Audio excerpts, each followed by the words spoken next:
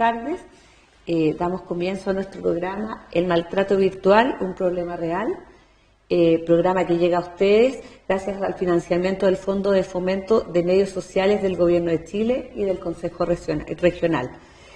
Hablaremos acerca de este tema, que es un flagelo para nuestro siglo XXI, con la experta en el tema, la psicóloga Karin Moller. Karin, buenas tardes. Hola, buenas tardes. Entramos de lleno en estos conflictos. ¿La violencia es algo de nuestros tiempos? La verdad es que la violencia es histórica. Ya en el siglo XVI, Hobbes nos planteaba que el ser humano es eminentemente malo por naturaleza, y Kant lo reafirma en el siglo XVIII. Somos la única especie que atentamos contra otro de la misma especie de manera premeditada. Somos la única especie que somos capaces de matar a otro de la misma especie, porque sí, por razones personales, no por instinto ni por supervivencia. Entonces eso nos hace pensar que podríamos ser por naturaleza malos. Sin embargo, se vuelve a plantear en el mismo siglo XVIII la visión contraria, que el camino nos va volviendo malos, pero por naturaleza somos seres buenos.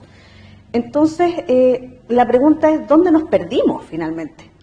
¿Por qué nos encontramos con personas capaces de actuar de manera violenta sin mayor argumento, sin mayor razón, que son capaces de validar la violencia como una forma de responder y de sobrevivir en el medio sin que haya una amenaza real? Entonces, nos ha pasado muchas veces que nos encontramos con que le decimos a nuestros propios niños, cuando nos cuentan que los molestan, nos encontramos como adultos diciéndole, bueno, pégale, o defiéndete. Claro, o si no le pegas tú, yo te voy a pegar a ti por menso. Claro. Claro, entonces estamos validando la violencia como una forma de interacción entre iguales. Y eso es lo que nos lleva a esta situación actual. Por otra parte, los niños, las niñas y los jóvenes hoy día se enfrentan a un medio que los bombardea con violencia constantemente. O sea, la violencia va en aumento en nuestros hogares. O sea, es evidente, es prender la televisión. Claro, si ponemos, por ejemplo, las noticias, nos encontramos con que hay agresiones entre conductores, que si alguien nos dice algo que no nos parece, le tiramos una llave, y que lo que sucedió en una ferretería, un caballero tira una llave y mata al vendedor. Bueno, y los tiroteos en Estados Unidos, los tiroteos en Chile, hay una gama amplia de conflictos. Pero esto también, bueno, ¿hasta dónde llega? Hasta nuestros niños. ¿A través de qué? Porque mis hijos, por ejemplo, pueden no ver la televisión. En general, el medio va validando la violencia como una forma de resolver conflictos. Los videojuegos, hoy día uno de los videojuegos más conocidos por los niños es el GTA. Y el juego se trata de andar matando gente y de agredir al policía, robarse un vehículo. Entonces, o sea, se naturaliza la violencia. Absolutamente. Absolutamente, hoy día la violencia la hemos ido naturalizando a tal punto en que no nos sorprende ver, por ejemplo, que dos conductores se golpeen o se griten cosas de un auto al otro. Y eso lo asumimos como normal. Y el hecho de que algo sea habitual no quiere decir que sea normal. Entonces nos estamos transmitiendo a nuestros niños constantemente que la agresión es una forma de resolver conflictos. Es válida. Y es válida. Sí. ¿Y cuándo nace el bullying? ¿Esto es algo reciente, viene de siempre, es un conflicto actual solamente de nuestra generación, de nuestros niños? La verdad es que el bullying ha estado siempre presente. Lo que pasa es que de una forma mucho más silente, más oculta. Acuérdate cuando íbamos al colegio que siempre había un compañero al que molestaban y había uno que era el más molestoso y estaba el nerd, el cuatro ojos y qué sé yo. El guatón. Claro, y todo era muy normal. Y los papás de los niños asumían que el guatón era el guatón. El chico. Claro, y no molestaba en cierta medida, a pesar de que esa persona lo hubiese pasado muy mal. Pero se naturalizaba. Hoy día, O sea, en el fondo no nos importaba que lo pasara mal, nunca nos enterábamos tal vez de que lo pasaba mal, no había una conciencia. Pareciera ser entonces que este bullying aparece al tomar conciencia de lo que está pasando. exacto, y hoy día tenemos otro elemento que es como un agravante, y es que hoy día no solo tienes que caerle bien a tus compañeros de curso, sino que literalmente tienes que caerle bien a todo el mundo. Porque los chicos están en un medio que está tan globalizado en que las redes sociales permiten todo. Entonces, si un niño va y molesta a otro o lo agrede, lo grabamos con un celular, lo subimos a las redes sociales y eso se va transmitiendo y el daño es mucho más extenso. Ya no queda como un evento aislado en una sala de clases, que generaba daño, Claro, pero mucho menos. se masifica. Pero exacto, al masificarse es donde está la mayor gravedad, porque no hay cómo ponerle freno. O sea, hoy día es muy frecuente ver cuando los niños graban con sus teléfonos las agresiones entre ellos. Y no queda en ese espacio, sino que lo suben a las redes sociales y da vueltas por todo el mundo. Bueno, los adultos hacen lo mismo, no es tan extraño ver que la gente está más preocupada de grabar que de apagar el incendio, por ejemplo. O que está más preocupada de grabar que de separar a las personas que estén peleando. O sea, pareciera que eso se repite también y es un ejemplo de nosotros como adultos. O sea, tenemos una responsabilidad súper fuerte. Como adultos somos los principales responsables dentro de esto. Hoy día los niños tienen el momento para decir alto, pero como adultos vamos por atrás de manera contraria a la lógica, diciendo no, sigamos. Porque si tu compañero te pega, pégale. Entonces validamos. Como adultos les estamos dando un mensaje contrario a lo que debiésemos. Si como adultos le decimos a los niños, no tienen que pelear en el colegio, pero ellos nos ven que si nos subimos al auto, nos transformamos y andamos peleando con todo el mundo, ¿cómo le hago caso? Mi papá me dice o mi mamá me dice, no pelees, y ellos pelean. Mi papá me dice, no resuelvas las cosas a golpes, y él se enfrasca a golpes en una discusión con otro conductor. Le estoy dando un mensaje contrario, y ese hijo va a aprender a través del ejemplo y no a través de Lo que yo le diga. Exactamente. ¿De dónde nace el concepto de bullying? Porque esto es un término absolutamente moderno y lo echamos a la chacota, bowling, pero ¿de dónde nace realmente el concepto de bullying? Curiosamente, el término nace del concepto bull, que es toro, que es como torear al otro, provocarlo. Entonces provoco, y desde ahí entonces empieza a generarse como la acción de torear, en que te voy provocando hasta que tú me puedas responder. ¿Ya? Entonces el concepto bullying tiene que ver un poco con este hostigamiento constante a un otro. ¿Ya? Por eso también hay que entender que no todo lo que pasa entre estudiantes es bullying. Y nos pasa mucho que caemos en el juego de sobrereaccionar muchas veces, y si el niño nos dice que el compañero le tiró la goma... Partiste al colegio en ese momento a alegar y decirle a la profesora, mi hijo sufre bullying, lo están masacrando. Bueno, ¿cómo determinar cuándo es una conducta realmente importante que hay que tomar, que hay que poner, o es una pelea de niños? Mira, es normal que entre los niños haya conflicto. Y los adolescentes, me imagino, exacto, porque los adolescentes son tal vez más peleoneros. Claro, porque además el conflicto es inherente a todas las relaciones.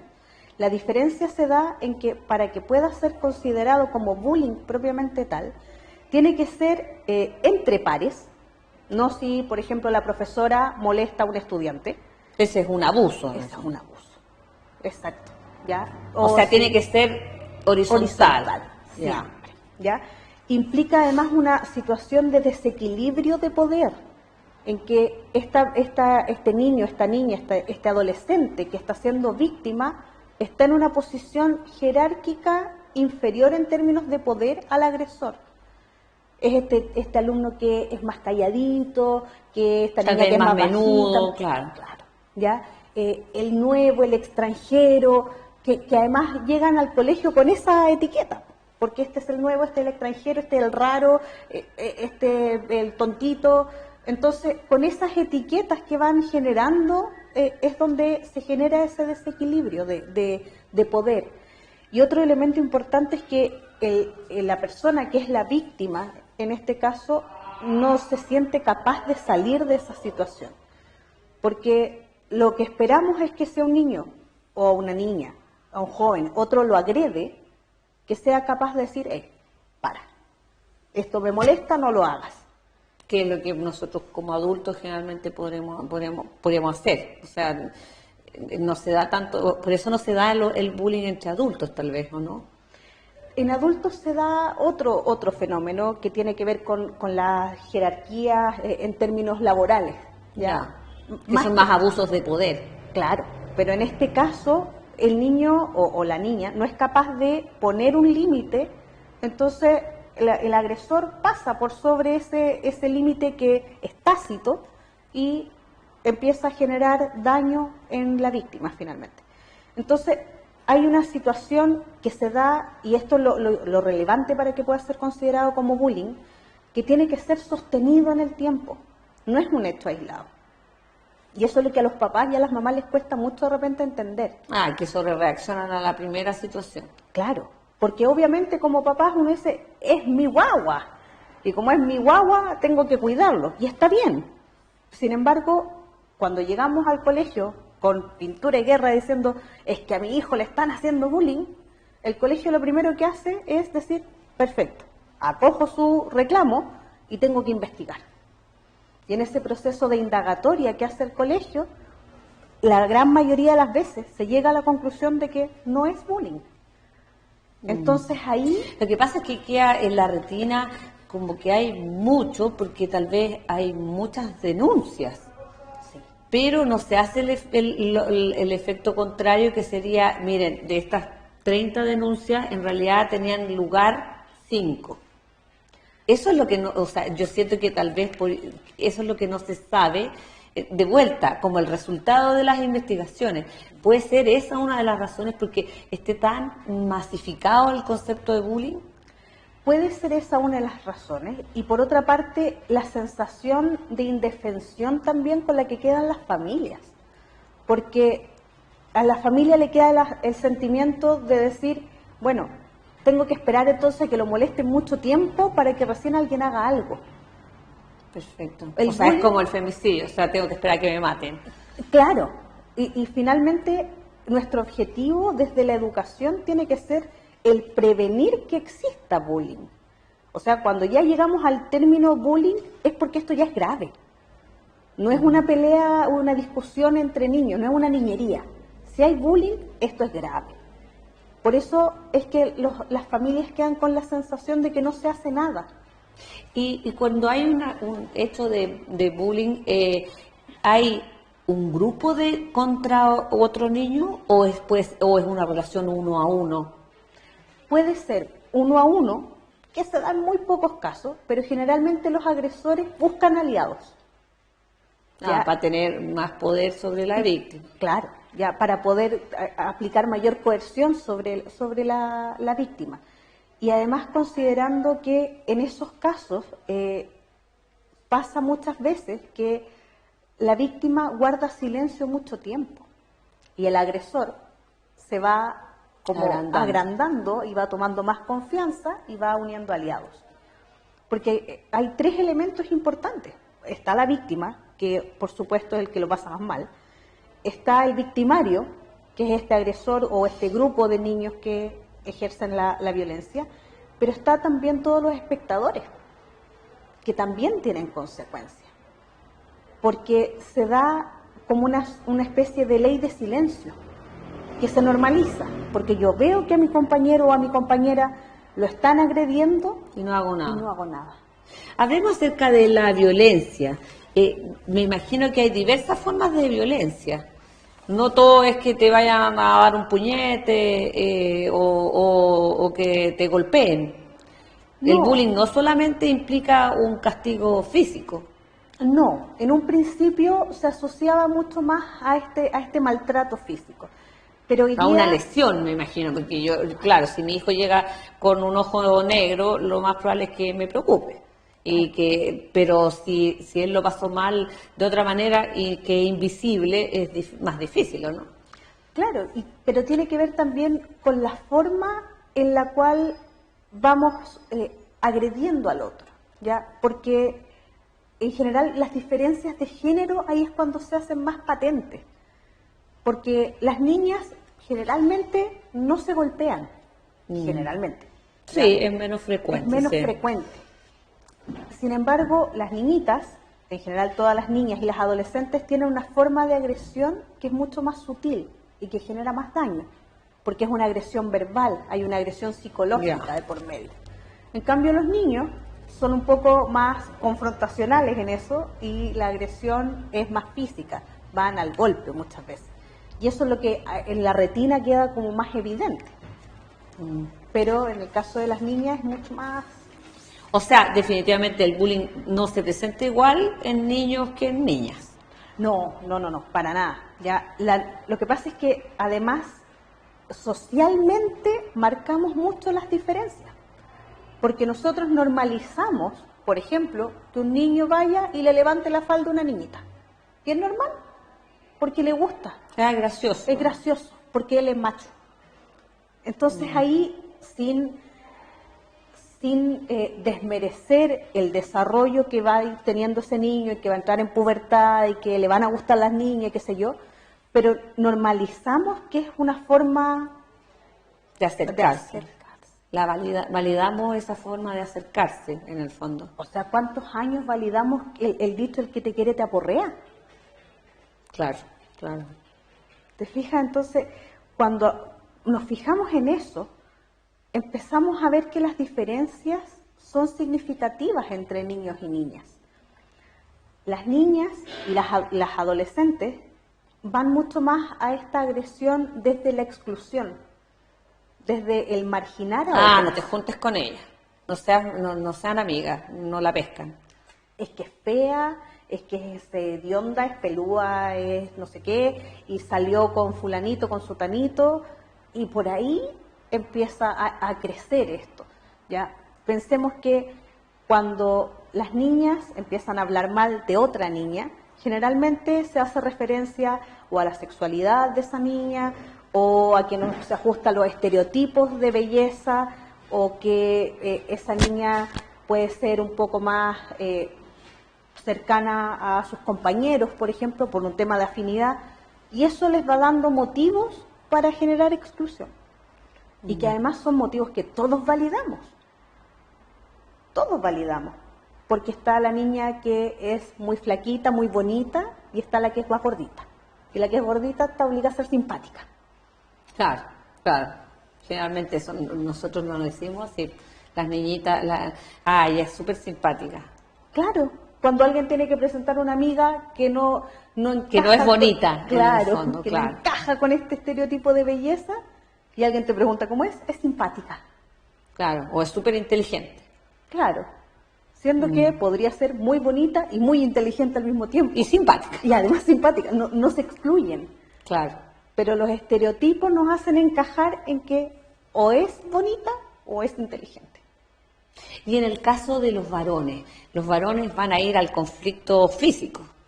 Generalmente, porque se valida además la agresión como una forma de resolver problemas, desde que son muy chicos, porque inevitablemente en el desarrollo hay un momento en que uno tiende a reaccionar de manera más violenta. Por ejemplo, a los 2 años, 3 años, los niños muerden, pueden golpear a otros, porque es la forma que saben resolver. Claro. Pero en la medida que vamos creciendo, se espera que aprendan a compartir, que aprendan a resolver diferencias desde lo verbal, Claro, a ceder. a transar en algún momento. Sin embargo, hay algunos chicos que validan la agresión como una forma de reacción. Y muchas Y de veces... someter al otro, en el fondo, ¿no? Claro, y muchas veces... Porque en el caso de los varones muchas veces se da que sí se golpean y que esta persona pasa a ser sometida porque es más débil. físicamente incluso, porque puede ser que el niño sea súper inteligente, que es el caso de los niños que llaman nerd, que es súper inteligente y es el primero de su clase, pero hay 3 que le sacan la mugre, por ejemplo. Entonces, en esos casos se valida la agresión como una forma de someter, porque como no puedo competir con él en términos, por ejemplo, de las notas, tengo que competir con él de otra manera. Donde pueda ganar. Exacto. Y ahí lo agredo físicamente. Entonces, pasa por lo general que estos niños son más tímidos. Las víctimas tienen un perfil que es bien claro. Son mucho más retraídos, son mucho más pacíficos. Entonces son un blanco fácil. Claro. Porque te puedo someter fácilmente. Te puedo agredir y tú no te vas a defender. Porque en el momento en que te defiendes, ya es una pelea, pero estamos de igual a igual. Claro. Claro, porque eventualmente pueden ser de igual a igual. El bullying se da entre pares, o sea, por nacimiento esto debería ser que estamos de igual a igual. Lo que nos hace diferente son nuestras capacidades o nuestro desarrollo, digamos. O sea, tal vez tú eres más inteligente y al ser más inteligente tienes mejores notas y yo tengo un poco de envidia y al final soluciono mi problema dándote un puñete. Claro, y nos ha pasado también que hay algunas víctimas de bullying que son lo que se conoce como víctimas provocadoras, que son estas personas que... Eso es interesante, o sea, yo un poco como que quiero que tú me des un puñete. Sí, esa es un poco la dinámica que se da, y que se da muchas veces entre las niñas, más que en los niños. En las niñas yo voy, te provoco y a la pasada, por ejemplo, voy pasando y te doy un empujón con el hombro. Entonces la compañera va, reacciona, me agrede y yo lloro. Entonces yo soy la víctima ante los espectadores, sin embargo yo provoqué la situación. Pero también es bullying. También, porque entran en una dinámica en estos casos en los que ninguna de las dos involucradas, en este caso, puede salir fácilmente de ahí. Y se da un ciclo de violencia. Y hay una mezcla además entre la víctima y el victimario. Constante, cambian de roles permanentemente. Y también es bullying, o sea, esto ya es un hilo más fino, porque ellos van a ir intercambiando los roles en la medida en que te toque ser agredido o no. Pero yo también, al generar esta agresión, yo soy el victimario. Claro, entonces como cambian de roles constantemente, ahí la intervención es mucho más difícil. Y ahí es donde cobran más fuerza los espectadores. Porque son los espectadores los responsables, en este caso, de poner freno a esa situación. Bueno, y muchas veces los espectadores no quieren poner freno. No, porque como decíamos un rato atrás, se produce esta ley de silencio. ¿Y hasta dónde en los colegios la autoridad se da cuenta de estas cosas? Tú tienes experiencia en los colegios con adolescentes, ¿y hasta dónde la autoridad tiene influencia en detener esto? ¿Les resulta? ¿Se dan cuenta? No siempre. No siempre, porque hoy día en los colegios lo que nos juega más en contra tiene que ver con la distinción entre el espacio privado y el contexto escolar. Porque, por ejemplo, hay veces en que los chicos, siendo alumnos de un colegio, graban una situación de humillación hacia otro y la suben a las redes sociales en su casa. O sea, el colegio ya no tiene mayor alcance. Pero pasó en el colegio. Entonces, hay ocasiones en las que, como colegios, quedamos muy atados de mano y hay otras veces en que sentimos que tenemos que ir un poco más allá y no es posible. Claro, porque ahí entramos al espacio privado de la familia, de lo que ocurre en la casa. Entonces, como en esos casos, muchas veces lo más adecuado es el colegio llamar a los apoderados de los involucrados y plantearles lo que está sucediendo para que sea entre los apoderados que busquen una solución. Y ahí es cuando termina muchas veces esto en la superintendencia, y cuando nos dicen superintendencia en los colegios, uno dice, superintendencia. Terror, huele a multa. Claro, huele a peligro.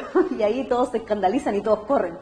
Pero los colegios están obligados a tener protocolos de acción para cada tipo de acoso escolar. Los colegios están obligados a tener protocolos para bullying, para ciberbullying, para violencias desde los apoderados hacia el personal. Bueno, en esos temas yo creo que vamos a ahondar. Vamos a seguir, vamos a hacer una breve pausa y vamos a seguir conversando de esto porque esta parte, hasta dónde puedo llegar, qué son los protocolos, es muy interesante conocer. Así que vamos a hacer una pausa breve y continuamos. Gracias. Bueno, Karin, este tema acerca del bullying es muy interesante, las clasificaciones, qué podemos esperar, cómo podemos ayudar. Yo creo que en el siguiente programa vamos a profundizar sobre esta área y seguir comentando este tema que es tan interesante. Gracias.